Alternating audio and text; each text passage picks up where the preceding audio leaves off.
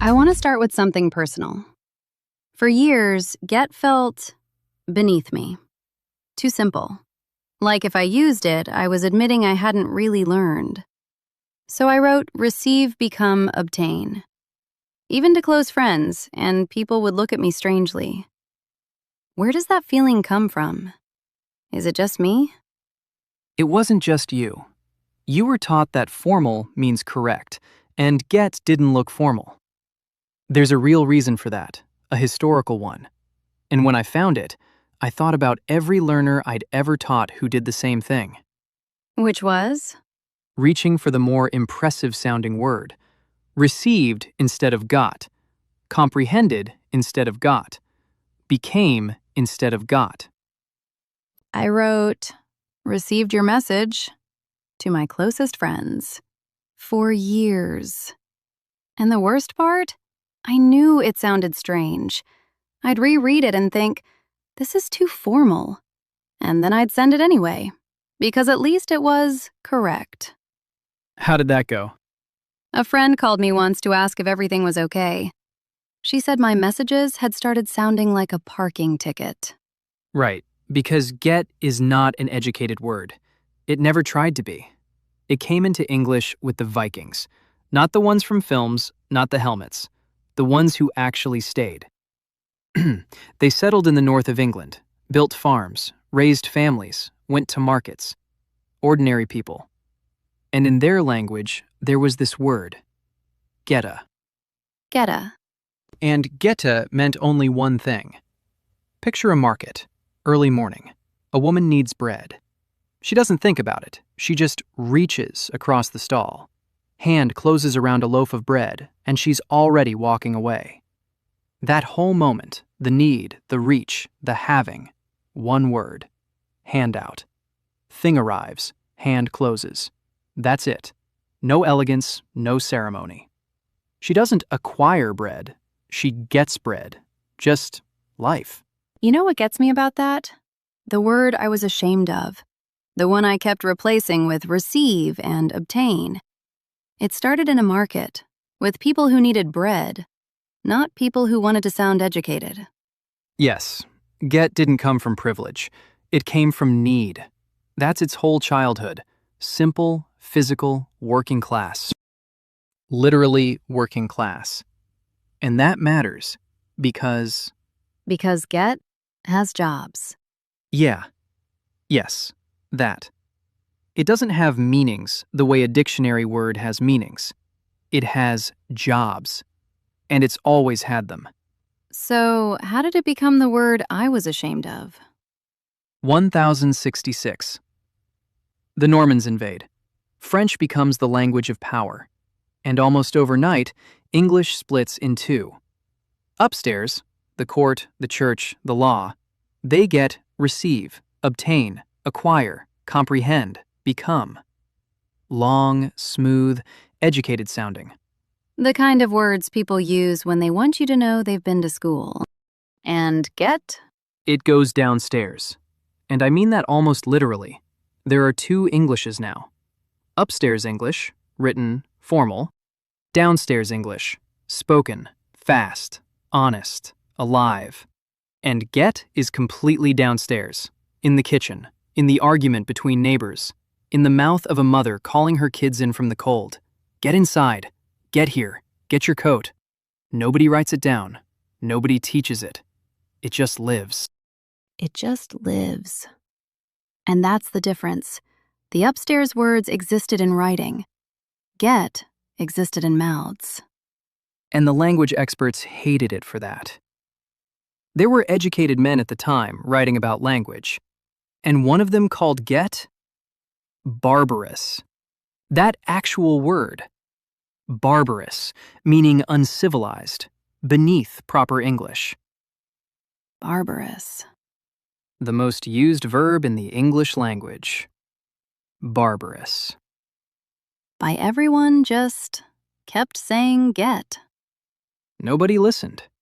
People kept saying it. At home, in markets, in love, in arguments, in the middle of the night. This man wrote his disapproval. and the language just ignored him. Because get was doing something none of those fancy words could do. It lives right inside the moment. The exact moment something crosses over. Think about that first image, someone reaching for bread. There's a specific instant there. The bread isn't theirs, and then it is. Get lives at that exact point. While receive is already on the other side, looking back. Obtain is writing a report about what happened. Get is right there. Still happening.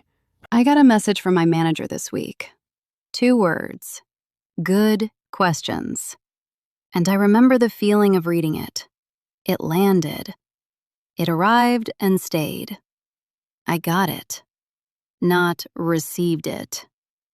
Yes, get keeps you in the moment. Received means it's already done. I was still in it. So get survived because nothing else could stand at that crossing point. Nothing else wanted to. The upstairs words were happy where they were. Elegant, precise, perfect for formal writing. But get went somewhere more interesting, deeper into speech, into real conversation, into the moments that actually matter to people. It became the word you use when you're not performing. And I think that's the thing nobody tells you when you're learning English. You can be grammatically perfect and still sound like you're performing. Like there's glass between you and the person you're talking to. And that's trust. You use get with people you're comfortable with, in moments you're actually living. It's the word you reach for when you're not performing. You know what this makes me think about? Every learner who's been taught that formal is correct, who's been reaching upstairs their whole learning life, who hears get and thinks, too simple, too casual, that can't be right. Get knows that feeling. It does. Pushed aside, surviving anyway, until nothing could replace it. That's literally its biography. You root for words you use. You don't root for words you memorize. Where did you get that? I don't know. It just came out. Keep it. So get survives. It's still everywhere. And then what? It just stays there being a working class word forever? No, that's where the story gets interesting. Because get doesn't just survive, it grows. Quietly, without anyone's permission. And here's the thing, it never changes what it is. It just reaches a little further each time. These first ones I actually knew. Get a message, get help, get the news. I used them. I just never knew why they all felt like the same word. And not knowing why meant I always second-guessed myself. Like, is this right? Should I say received instead? Sometimes I'd switch at the last second to the formal word, just to feel safe. Because they are. Get bread. Something wasn't in your hands. Then it was. Get help. Same movement, just invisible. Get a message. Now it's information landing in your mind. Same gesture each time. Just lighter and lighter things crossing over. I got your message feels so different from I received your message. Even though on paper, they mean the same thing. Because received is already standing outside the moment, looking back. Got is still inside it, still at the moment of arrival. That's what get never lost. It always stays right there. Same word, same gesture, just reaching a little further each time. From something you hold, to something that lands in your life, to something that enters your mind. And it's not done yet. So it's moved from things you hold to things you can't hold. What happens next? It starts moving, literally. Get starts describing not just things arriving at you, but you arriving somewhere. Like, get to the office, get home, get there? Yeah, you already use these. But here's what I love about this moment in the story. Picture a messenger in medieval England. The letter has to reach the next village before dark. He's on foot. Road is muddy. Light already going. One thought. I need to get there. Not arrive. Not reach. Get. Because get carries what arrive doesn't. The rush. I got to the station just as the train was leaving. That's yes. Arrived doesn't have that. Exactly. Same mud, different shoes. But they mean the same thing, technically. So why does get feel different from arrived? Okay, try them. She arrived at the hospital just in time. She arrived at the hospital just in time. She got to the hospital just in time. Arrived. She's already there. It's clean. It's done. Got. I can still feel the car, the traffic, someone running. The journey is still alive in got. The journey is still alive in get. Arrived reports the destination. Get carries everything that happened before it. So every time I say, I got to work, You're keeping the morning in the sentence. The alarm, the coffee you didn't finish, the door you almost forgot to lock. All of it. I got to work is a much more honest sentence than I arrived at work. Especially this week. Most weeks, honestly. And here's the deeper thing. The word hasn't changed its nature at all. Something wasn't somewhere. Then it was. Before, an object crossed over. Now, you cross over. The word just got big enough to move a whole person. Get grew big enough to move a whole person. And it's still not done. Get has grown from bread to bodies in motion. What's the next step? This is the one that gets me every time. Because everything up until now you can see. Things arrive. People arrive. You could film it. And then get does something nobody planned. Nobody decided this. It just happened. What do you mean? I mean, at some point, ordinary people start using this word for things arriving inside them. Not objects arriving in your hands, not you arriving somewhere, but feelings arriving in your body. Getting cold, getting tired, getting angry. Nothing is physically moving anywhere, but something is still arriving. Tiredness is reaching into your body. Anger is coming over you like the weather. The cold is getting in through your coat. Getting cold. Getting tired. I know these. I say them every day without thinking. Nothing physically moving. Nothing you can point to. And yet, get. Same word. Like it was always supposed to go there. But why? Why not become? I became tired. That works. It works. But feel the difference. I became tired. I became tired. That's observed. Like I'm reading a report about myself. Now, I was getting tired. I was getting tired. I'm still in it. The tiredness is still arriving. I haven't stepped outside it yet to describe it. Became puts you on the other side, looking back.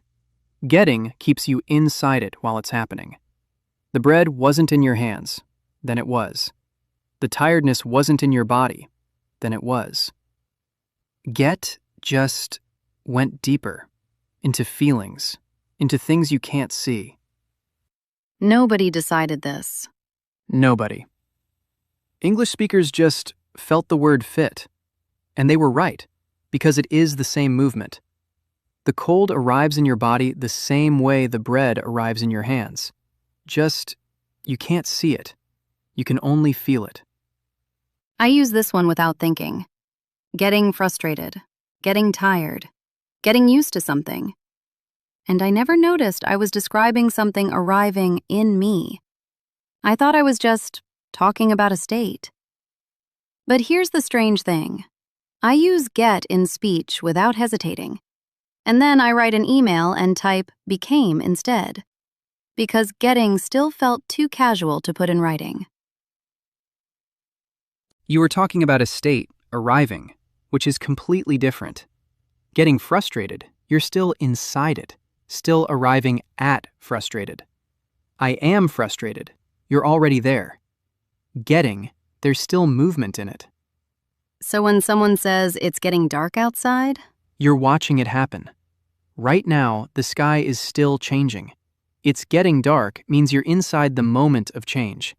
It became dark means you missed it. You looked up and it was already done. That's the one I feel most clearly. You can almost see the sky moving. And that's get, discovering it can go somewhere no other word goes. Become is too distant.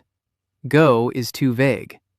Get stays right there inside the experience, at the exact moment things are changing. From bread to the body.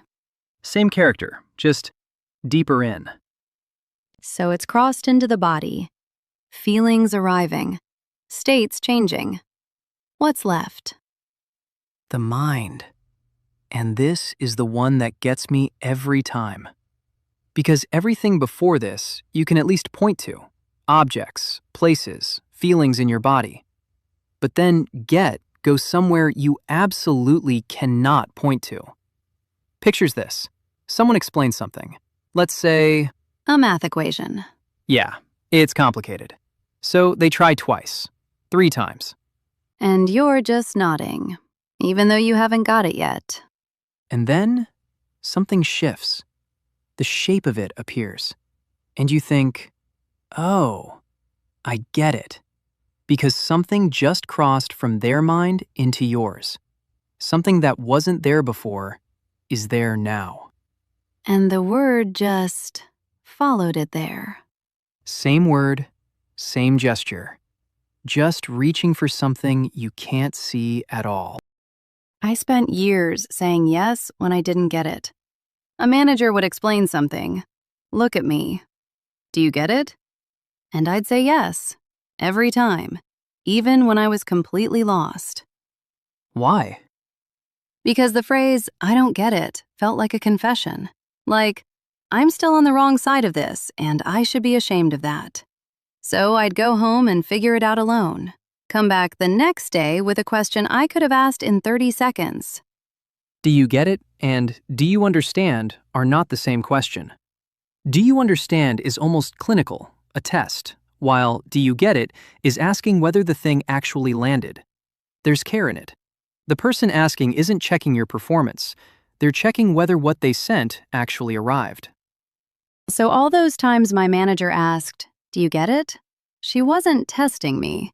She was checking if it reached me. Yeah, and you kept saying yes from the wrong side. But now at the new job, when I don't get something, I just say it. I don't get what you mean by that part. And the conversation continues. Nobody makes it a big moment. We fix it, and we move on. 40 seconds, instead of a whole day of confusion. 40 seconds. I could have saved myself years. Okay, but I want to ask about the one that goes even further. Because I get it is still an idea arriving, something you can put into words.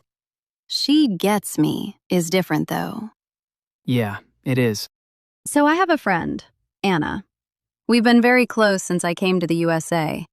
And last week, I was trying to explain to her that feeling when you can do the job, but you're not sure you're doing it right. I couldn't even find the words for it. And before I finished, she said, "Oh, you mean you're getting there, but you're not there yet." Your friend just gave us 2 gets in one moment. First, getting there. Not a place, more like confidence. You're on your way, but you're not there yet. And then she shows a different get. She gets you. That's not arriving. That's being understood. Yes, she gets me. She knows what I mean before I finish the sentence. I tried to find a word for that in my first language. We have words for knowing someone well. We have words for understanding someone, but not for the before. Right. And that's why understand isn't enough. Understand needs your words to do the work, but she gets me doesn't. That's the furthest the word has ever gone, isn't it? From bread on a stall in York to that.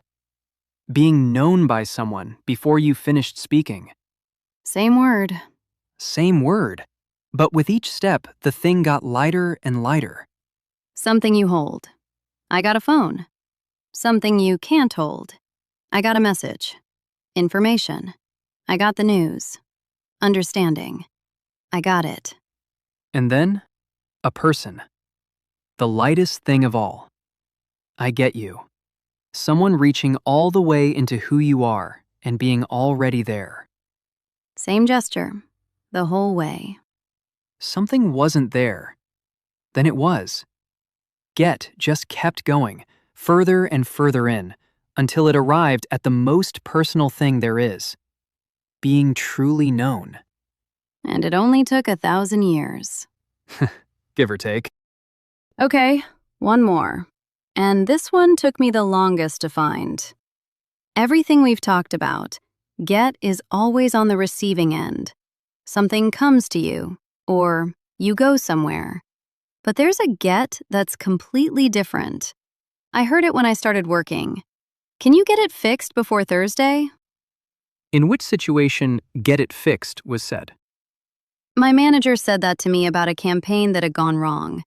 And I remember standing there thinking, she's not asking me to fix it. She's asking me to make fixing happen. And something in those words, get it fixed, put me in charge of the outcome without telling me how to get there. That's exactly what happened in our gets story too. At some point, the word stops describing things arriving and starts describing you making things arrive. You're not the one receiving anymore. You're the one responsible for making it happen. I got the designer to redo the visuals. I got the copy approved. Got the whole campaign back on track. My hands weren't directly in any of it, but I got it done. And saying, I got it done, felt different from saying, I did it. More real somehow. Like I understood how things actually work. Because you did understand how things actually work. Get it done isn't about effort. It's about being responsible for an outcome. Get him talking. Get it sorted. Get the meeting moved. None of them say how. Just, this needs to cross from where it is to where it needs to be. And you're responsible for that crossing. That's the language of someone who knows what they're doing. And Get has been doing it the whole time. Just, now you're the one making the crossing happen, not receiving, directing. That's a completely different relationship with the word. That's a new kind of confidence. And honestly, I didn't know this one existed. I heard people say, get it done, and get it sorted. I understood it, but I would never have reached for it myself. I'd have said, I finished it, or I completed it. Because that kind of get, the one that makes you sound like you know how things work, nobody taught me that was mine to use. Now it is. Okay, last one. And this is the one I want to end on because I think it might be the warmest thing get does. And you know what's strange about this one? It's everywhere in native speech, but I never once saw it in a textbook. Nobody taught it. You just either catch it or you don't. Here it is. I get to do this. Get to do. I heard it for the first time from a colleague at my old job. She said it completely casually. I get to work with really interesting people here. And something about that sentence just sat with me. I understood every word, but I felt something I didn't have a name for. But what did you feel? What did she want you to hear? Like she was still inside the luck, not looking back at it, still surprised it was hers. That's exactly what get to is. Get to a place. You arrive somewhere. Get to do something. A chance arrives. Something that wasn't there before. And the feeling is still the same. Something wasn't there. Now it is. Only this time, what arrives isn't an object. It's an opportunity. I am fortunate to do this work. I get to do this work. The first one, I'm standing outside my luck looking at it. The second one, I'm still in it. I am fortunate is a conclusion. I get to is still happening. I get to record this podcast. Yeah, I genuinely mean that. I know. And that's exactly why it works. Because you're still inside it, still arriving at it, still can't quite believe it's yours. And that's get. 1,000 years of reaching further and further in. From bread in a market to the moment you're still surprised that something good is yours. Same word the whole way. Same word, same gesture. You know what I keep thinking about? Every person listening to this right now has a week, has a moment, something that arrived, something they haven't gotten to yet. Yeah. Can I ask you something? And I mean you, our listener. Think of something from your week. Something small. Maybe something changed. Your mood, a conversation, a plan. Something that arrived or didn't. How would you tell it using get?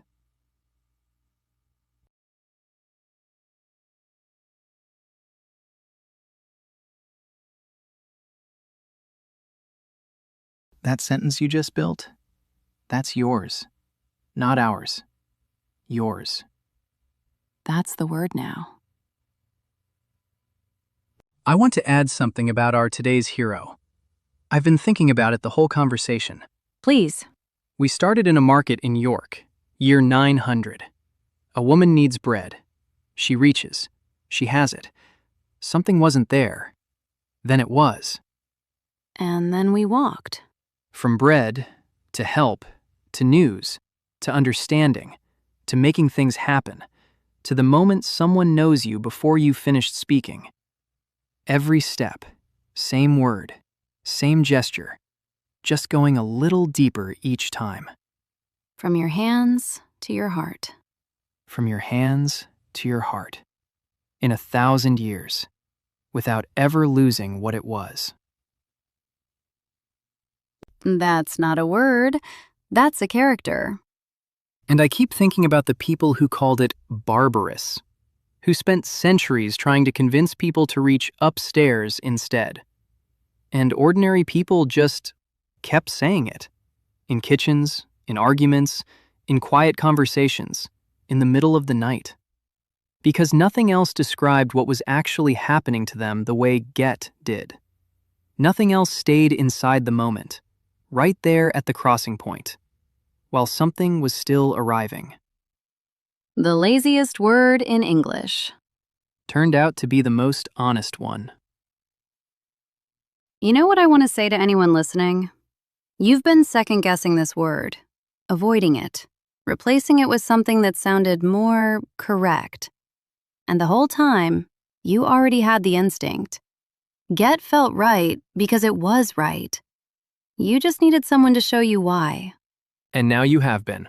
And now you have been. One more thing. The only place get sounds too casual is very formal writing. Spoken English? Always fine. Emails, messages, work conversations? Fine. Don't second guess it. And the phrasal verbs. Get over it, get through it, get away with. Those are a different story. A good one. We'll get there. But today, you already have enough. So, before we go, one thing, just one.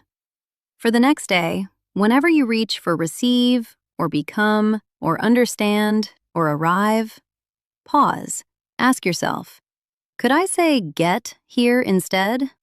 And if the answer is yes, use it, out loud, in a real sentence, in your actual life. Not because we told you to, because it's yours now. And if someone looks at you slightly strangely, tell them get survived 1,000 years of being called barbarous. it can handle the look. I'm Leela. I'm Kai. And this was Word Nerds. Go get it.